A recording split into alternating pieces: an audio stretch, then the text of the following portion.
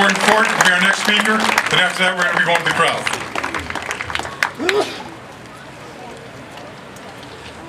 Hello again. How's everyone doing? What a beautiful night, huh? It's gorgeous. I'm speaking. This is a very poignant thing for me because I've been in the healthcare industry now for a very long time. I don't probably look that old. I had a guy say that I looked 27 the other night, which is about half. But so I got the opportunity to speak on this healthcare issue, and I'm not talking specifically about much of anything. I'm going to talk a little bit more about some generalities. But why do the statists want to control healthcare? Does it have anything to do with making healthcare better? No. Does it have anything to do with saving money? No. Or does it have to do with taking over 1/6 of the nation's economy?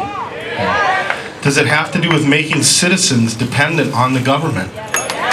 Does it have to do with getting reelected and keeping power? Yeah. Do we need healthcare reform? Yeah, we do, really. I mean, there's some things that need to be reformed. There's a lot of good things in our healthcare system, but there's some things that do need to be reformed. Do we need to overhaul the whole system for less than 10% of the population? No. There's 6 major issues as I see them, okay? Portability. I saw a sign out here earlier about portability. It's got about 4 different things on it.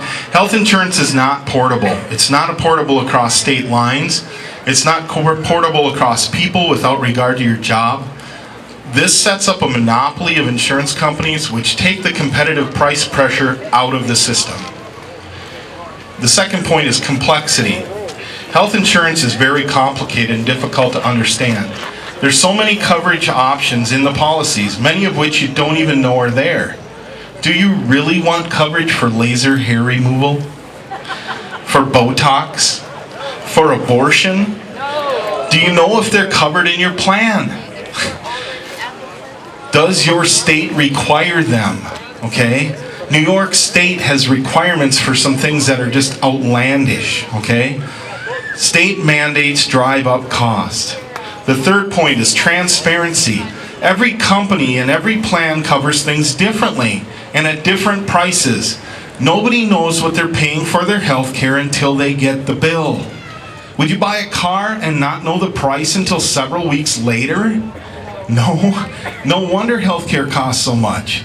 Also, if you and I went to the doctor for the same condition, you could be charged as much or more for the same problem. You could be charged much more for the same problem based on your insurance and based on the clinic that you choose. The fourth point is risk avoidance. Risk pools are necessary to reduce cost, but when someone is sick, why can they be dropped from their insurance? This is wrong, okay? Perception of no good options from the right.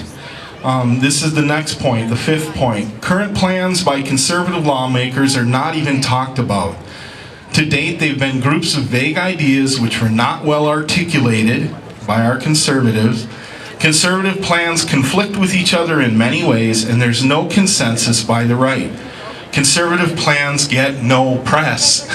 Have you heard of any? All you hear about is the government option, okay?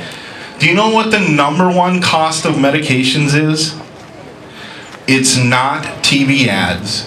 It's not the cost of research and development. It's legal fees. When medical companies need multiple legal firms to defend themselves against frivolous lawsuits, there's a problem. When these companies are spending up to 50% of their profits on protection from exorbitant judgments, there's a problem. When doctors have to prescribe multiple tests and multiple medications that they don't think are necessary just to cover their butts against getting sued, there's a huge and expensive problem. And the lawyers that run government will never pass the tort reform that would combat these problems. Let's throw the bums out. Here's some real solutions, okay? Allow insurance companies to compete across state lines. This will bring competition into healthcare, and it'll use the efficiencies of our capitalist system to bring down the cost. Make the system simpler. Don't necessarily do away with a la carte, but offer 3 or 4 basic levels of coverage that have different costs. If you want better coverage, you pay a little more. Use tax credits rather than mandates as incentives to make the insurance companies do this stuff, okay? My dad always taught me something. If you want somebody to stop doing something, hit them in the pocketbook. If you want to incentivize them to do something that you want, make it worth their while. These guys aren't out there to be benevolent. They're out there to make a dollar in most cases. Anybody that owns a business knows that. But if you want to make it better, make it easier and cheaper for them to do business, okay? Transparency. Require published price menus from clinics and hospitals and have them available online or at the clinic when you go there so you know what you're paying for before you get treated, okay? This will allow you to shop for cheaper health care. And it also eliminates the differences in prices for different insurances and for cash. Have it be the same price for everybody. Don't say that if I have one insurance policy, I pay double what the other guy does, okay? Have it, no matter if you pay cash or insurance, all right? Risk avoidance. By making healthcare more portable, less complex, and more transparent, you allow more people to get insurance, and this allows risk pools to grow and reduce cost. Then you can make it impossible for people to get dropped for being sick. Increase the use of medications. It's a known fact that every dollar spent on medications saves $10 to the system, okay? Now, some of the good options from the right. Number 1, tax-free medical savings accounts that can be willed to your children with no tax penalty. Okay? This will allow us to have the money to pay for our own basic health care in cash. These accounts would be tax-free when they're used for medical costs, and when the people are able to shop for their health care based on published prices for their own care, costs will drop, okay? Catastrophic coverage has to be a part of that too, okay? If you have a healthcare savings account, you will that to your kids and it's $50,000, then you have to have a high deductible catastrophic coverage available, okay, and it supplements the medical savings account, but it can't be dropped due to illness. As your medical savings account grows, you can increase the deductible on these catastrophic plans to the point where they cost almost nothing, okay? Low-cost options for basic coverage insurance are available.